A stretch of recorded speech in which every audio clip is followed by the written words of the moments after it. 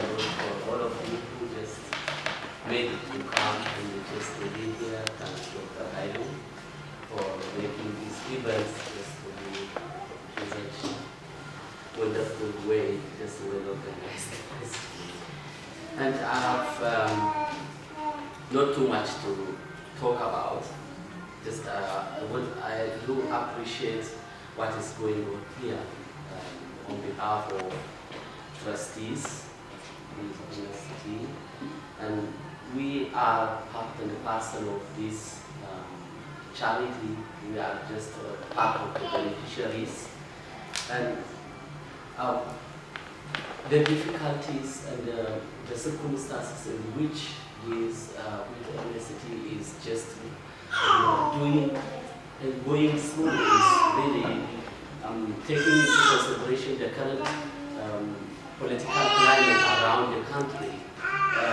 It's so tough just to imagine to have such still going on, and there are serious funding problems where the charities just really struggling, and most, as the new director has already explained it in detail.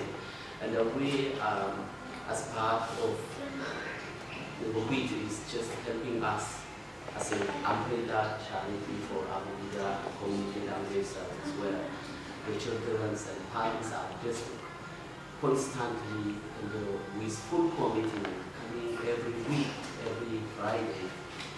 We are doing these classes here. As the director has already explained, the number of children are really just, it's fluctuating every time. Just the number who are coming, just we are still making it. The very important and the very beautiful part of this organization is it's making an effort to continue as it is, and trying hard to make it go ahead. And support and the resilience that we are doing. Everybody has just contributed on its self-motivation. And it's a great and lot to do from you who are around just to continue supporting the job what the current university is doing. And I do appreciate everybody of you, Dr. Magdalene, and still as a trustee member, and Nagla here, and really every one of you are just, you are, I want to say thank you for all the service users who are here. I appreciate and I encourage you just to support what you can and not to undermine your contributions. And by getting the services which MSCT is giving, as well as contributing to it. And Abugida is existing, and the existence of Abugida is really a miraculous thing when we see the number of parents who are constantly coming and committed to get the service and bringing their children, at the same time just being part of it. And for WHEAT, that is part of like a backbone. Just it can just encourage others to use the service. To let every one of us do what we can to support WHEAT and to promote all the programs, the missions and activities that they run. And the climate is not that much encouraging, because no one is just really making the refugees just to come to live in the country, and no one is just funding it, especially funding needs some financial support.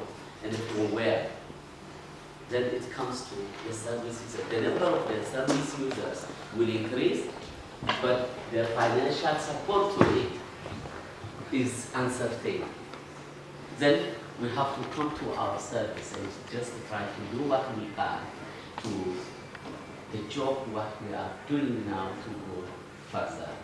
And I thank you everybody who are just present today, and just appreciate your contributions, the service users and the trustees and the executive director, on behalf of myself and on behalf of Board of Trustees.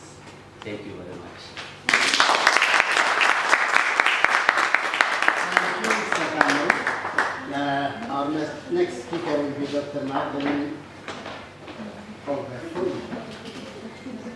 Am I right? Yes, so grateful. Okay. Good evening, everybody. Good evening. Morning. Most welcome again. Thank you for honoring our invitation. It was at short notice, but you all came, and I really appreciate that. Howin, I haven't seen for months, and I just called you and said you must come today, and you came. Thank you. Thank you very much. Everybody. My director has spoken, the chairman has spoken. You know about WHEAT. What we do is a charity, and we try to help people and improve their circumstances. Anybody can come into our offices and ask for help, and that's what we do. We try our best to help. I'm one of the trustees.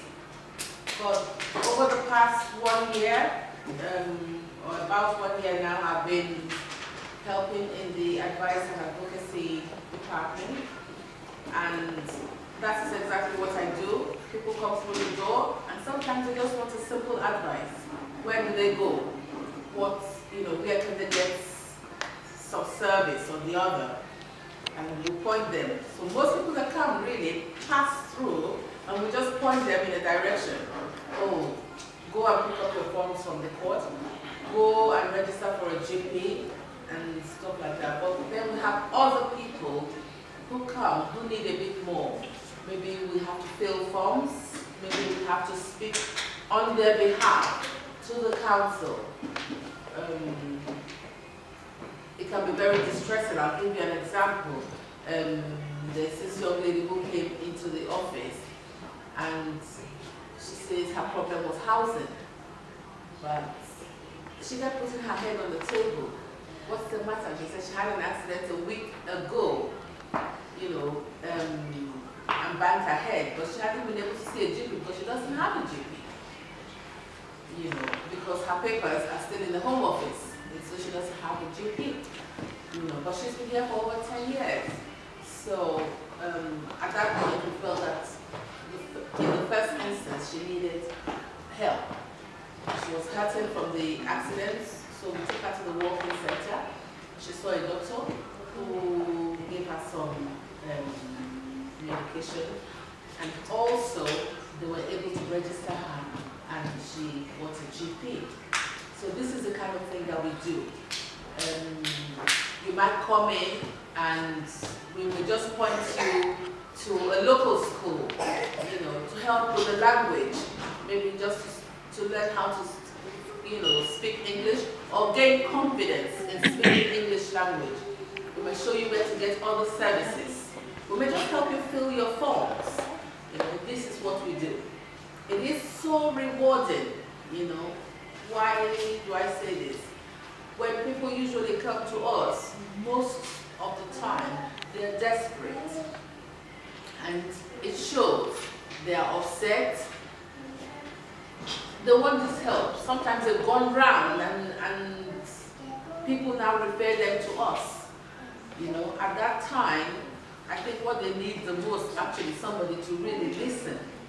Just to listen and know what, give them that time. That's the priceless thing you can do. Show some empathy, for somebody who is living in this is the 21st century, isn't it? And still, some of the problems that people suffer, they shouldn't be suffering that now in a developed country. But there are reasons for things happening. That is not for us to judge or talk about. Ours is to try to seek solutions, try to find solutions that will help people's lives better. And that is why I said it is most rewarding, because sometimes when we are able to help, the look of people's faces when being able to help, it just makes your day. They're so happy. you know, and this is what we do this for. This is what WHEAT is all about. I don't know, that is in a nutshell what we do. We cannot do it without the help of this gentleman. He's here all the time, all the time.